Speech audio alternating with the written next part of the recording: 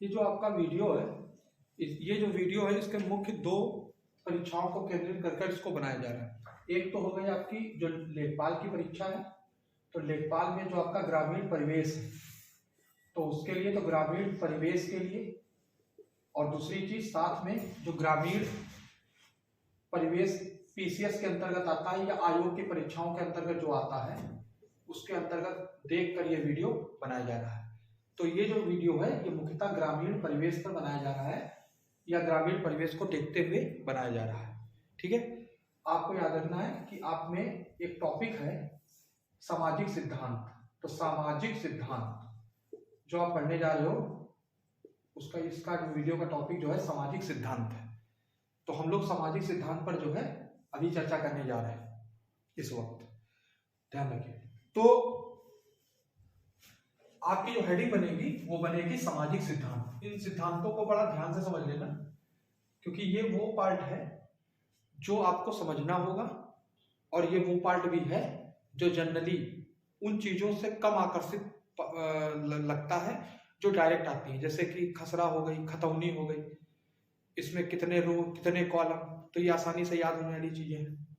मगर ये जो सामाजिक सिद्धांत है इसका मतलब ये है कि अगर आपके 25 क्वेश्चन आते हैं तो मेरा ये मानना है कि उसमें से लगभग 10 ऐसे आएंगे जो आपके ऑब्जेक्टिव टाइप के होंगे, जिसमें वो आपसे न्यूमेरिकल चीजें पूछेंगे कि इसमें कितनी चीजें ये या किसमें कितना अनुपात है। मगर इसमें से जो 15 क्वेश्चन आएंगे वो आपके थ्योरिकल आएंगे। थ्योरिकल का मतलब है कि ग्रामीण परिवेश से क्या अभिप्राय है, या इस सामाजिक सिद्धांत के अनुसार इसमें कौन सा तत्व निहित है। तो इस तरीके के लगभग 15 क्वेश्चन आएंगे। तो पहले हम लोग का जो फोकस है वो इस परीक्षा में 15 क्वेश्चनों पर है जो थोड़ा सा टिपिकल कहे जाते हैं उनकी अपेक्षा, और उनकी अपेक्षा चूंकि आसानी से समझ में नहीं आते तो इसलिए उनकी अपेक्षा कम आकर्षित शब्द मैंने अभी जो यूज किया था वो इसीलिए यूज किया था। मगर ये बहुत महत्वपूर्ण पार्ट है। आप देखिए कि इसमें लगभग मेरा जो मानना है कि 10 और 15 का रेशियो होगा। तो हम पहले ज्यादा वाले रेशियो पर जाएंगे, ऐसी चीजों को करने वाले हैं क्योंकि इस वक्त आप पर न्यूनतम प्रेशर है फरवरी में, इसलिए हम लोग ऐसी चीजों को करने वाले हैं जो थोड़ा सा टिपिकल है और आसानी से उस वक्त नहीं होंगी जब आप पर प्रेशर होगा। तो ये चीज ध्यान रखिए। तो हम लोग आज का जो टॉपिक पढ़ेंगे वो सामाजिक सिद्धांत पर। ठीक, सामाजिक सिद्धांत का मतलब ये है सामाजिक सिद्धांत। सामाजिक सिद्धांत, देखिए सामाजिक सिद्धांत का मतलब बच्चों ये है कि ये मुख्य रूप से जो है वो मनुष्य और समाज इन दोनों के संबंधों पर आधारित है। तो किस पर आधारित है? तो मनुष्य एवं समाज, मनुष्य एवं समाज के संबंधों पर आधारित है, के संबंधों पर आधारित है, संबंधों पर आधारित है, आधारित है। ये चीज आपको ध्यान रखनी है। तो किस पर आधारित है सामाजिक सिद्धांत? मनुष्य एवं समाज के संबंधों पर आधारित है। क्योंकि मनुष्य एक सामाजिक प्राणी है, तो इसी आधार पर आपको दो सिद्धांत देखने हैं, पहला सिद्धांत और दूसरा सिद्धांत। इसमें पहला जो सिद्धांत है उस सिद्धांत को सोशल कॉन्ट्रैक्ट बोलते हैं इंग्लिश में, और हिंदी में बोलते हैं सामाजिक संविदा। तो सामाजिक संविदा, सामाजिक संविदा सिद्धांत, तो सामाजिक संविदा सिद्धांत ये हो गया पहला सामाजिक संविदा सिद्धांत। और जो दूसरा इसमें सिद्धांत है उस सिद्धांत को बोलते हैं ऑर्गेनिक जो कॉन्ट्रैक्ट होता है, या फिर इसको कह ले सवयवी, सवयवी विकास सिद्धांत। ये दोनों वाह बने हैं, सवयवी विकास सिद्धांत। मैंने आपको बताया ये थोड़ा सा पार्ट जो है आपका टिपिकल है, इसीलिए हम लोगों ने वीडियो पहले उस पर बनाने शुरू की है जो सबसे कठिन पार्ट है। सरल से कठिन की ओर हम लोग इसलिए गए क्योंकि अभी आप पर न्यूनतम प्रेशर है, अभी आपकी परीक्षा की डेट नहीं आई, तो अभी आपको समझाया जा सकता है चीजों को, इसलिए। तो सामाजिक संविदा सिद्धांत और दूसरा है सवयवी विकास सिद्धांत, ये दो चीजें आप याद रखिएगा। इसमें जो सामाजिक संविदा सिद्धांत है और सवयवी विकास जो सिद्धांत है इसको मैं आपको समझाता हूँ। पहला जो है सामाजिक संविदा सिद्धांत ये कहता है कि मनुष्य जो है वो कहाँ रहता है? तो मनुष्य एक प्राकृतिक प्राणी है, ये बात आपको बिल्कुल क्लियर है। मनुष्य एक प्राकृतिक प्राणी है, और सामाजिक संविदा सिद्धांत में मनुष्य और समाज के बीच गहरा संबंध है। यह सिद्धांत ये बोलता है कि अगर समाज नहीं होगा तो मनुष्य के अंदर जो उत्पन्न होने वाले विचार हैं और मनुष्य के अंदर जो भावनाएं उत्पन्न होती है वो ना विचार आएंगे ना भावना आएंगे। कहने का मतलब यह है कि सामाजिक संवेदना सिद्धांत में मुख्य रूप से जो मुख्य इकाई है वो समाज है। साफ साफ कहता है चीख के कि अगर समाज नहीं होगा तो विचार और भावना ये दोनों आने बंद हो जाएंगे। कहाँ बंद हो जाएंगे? मनुष्य के अंदर। तो ये चीज आपको ध्यान रखनी है। ये आपका पहला सिद्धांत है सामाजिक संवेदना सिद्धांत, जिसमें मुख्य रूप से आधार बिंदु क्या है? समाज। क्या कहता है कि अगर समाज नहीं है तो विचार और भावनाएं आना बंद हो जाएंगी। ठीक है। मनुष्य कैसा प्राणी है? तो प्राकृतिक प्राणी है इस सिद्धांत के अनुसार। ये चीज आपको क्लियर है? सामाजिक संवेदना सिद्धांत में मनुष्य एक प्राकृतिक प्राणी है और अगर समाज नहीं होगा, अगर समाज नहीं है तो उसके अंदर विचार और भावना आनी बंद हो जाएगी। बात आपको क्लियर है? आप स्क्रीनशॉट होकर इसको चाहे लिख लो या एक दो बार और देख लो वीडियो, जिससे कि आपको चीजें याद हो जाए। पहले आपका प्रश्न है कि क्वेश्चन कैसे आएगा, तो याद रखना आपके समाज कि ग्रामीण सामाजिक विकास में जो सामाजिक संवेदना सिद्धांत है उसके अनुसार मूल आधार क्या है? तो आप लगाएंगे समाज है। बात आपको क्लियर? ठीक, इसको मैं हटा रहा हूं। अब जो दूसरा सिद्धांत है आपका वो सिद्धांत है सवयवी विकास सिद्धांत या ऑर्गेनिक थ्योरी। देखिए, सवयवी विकास सिद्धांत के समझने के लिए आपको दो दार्शनिकों को समझना होगा। एक दार्शनिक है अरस्तु, तो अरस्तु, और दूसरा जो दार्शनिक है उसका नाम है प्लेटो, तो प्लेटो। अरस्तु ने क्या कहा, प्लेटो ने क्या कहा? देखिए, अरस्तु ने ये कहा कि जो समाज है उसको उसने शरीर के रूप में परिभाषित किया है।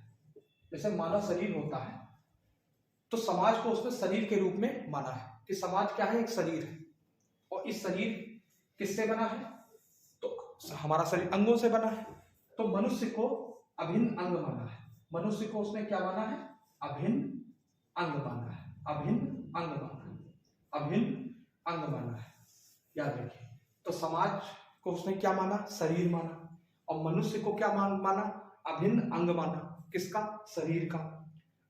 तो अरस्तु ने कहा कि समाज जो है अगर उसको शरीर माने तो मनुष्य उसका अभिन्न अंग है, और बिना समाज के मनुष्य की कोई वास्तविकता नहीं है।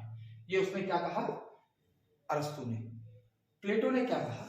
प्लेटो ने भी समाज को बृहत शरीर माना। पर एक अंतर है, इसने एक काम और किया। इसने जो मनुष्य के 3 गुण हैं, इसने मनुष्य के 3 गुणों को लिया और इसके आधार पर समाज को 3 भागों में बांट दिया। एक गुण हो गया बुद्धिमत्ता, तो एक गुण हो गया आपका बुद्धिमत्ता। दूसरा गुण आपका हो गया कौन सा? तो दूसरा गुण आपका हो गया साहस, और एक गुण हो गया इच्छा। तो एक गुण हो गया इच्छा। देखिए, ये वो चीजें हैं जो आपको जैसे कि तैसे याद करनी है। इसमें आप कुछ अतिरिक्त शब्द नहीं बढ़ा सकते। आपको ये चीज ध्यान रखनी है। ये सिद्धांत है, तो इसलिए अगर इसमें लिखा है कि वो 3 भागों में उसने बांटा है तो आपने अनुसार 4 या 5 नहीं कर सकते इसको। जैसे ग्रामीण समाज में विकास के लिए कौन कौन से तत्व आवश्यक है, उसमें 1-2 चीजें बढ़ सकती हैं, मगर यहाँ पे नहीं। अगर पूछेगा कि प्लेटो के अनुसार समाज कितने भागों में विभाजित है, then you have to give the answer of 3।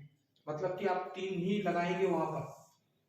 मतलब कि क्लियर है कि प्लेटो ने समाज को जो बांटा है बृहत शरीर के रूप में बांटा है। मनुष्य के 3 गुणों को बुद्धिमत्ता, साहस और इच्छा के अनुसार समाज को ही 3 भागों में बांट दिया।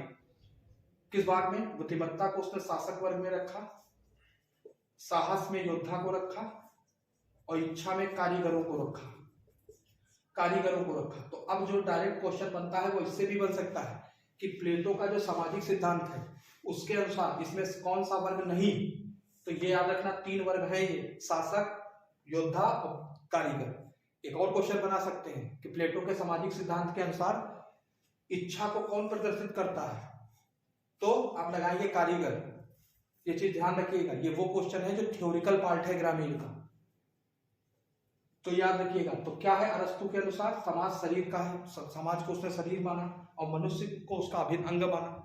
और प्लेटो को क्या माना? एक बृहत शरीर माना। मनुष्य के 3 गुणों को उसने अलग कर लिया, बुद्धिमत्ता, साहस और इच्छा को, और इसी के आधार पर शासक, योद्धा और कारीगर नाम से उसने क्या किया? 3 समाजों को मान लिया। तो बात आपको स्पष्ट है। तो ये चीज आपको ध्यान रखनी है कि सामाजिक सिद्धांत का मतलब क्या है।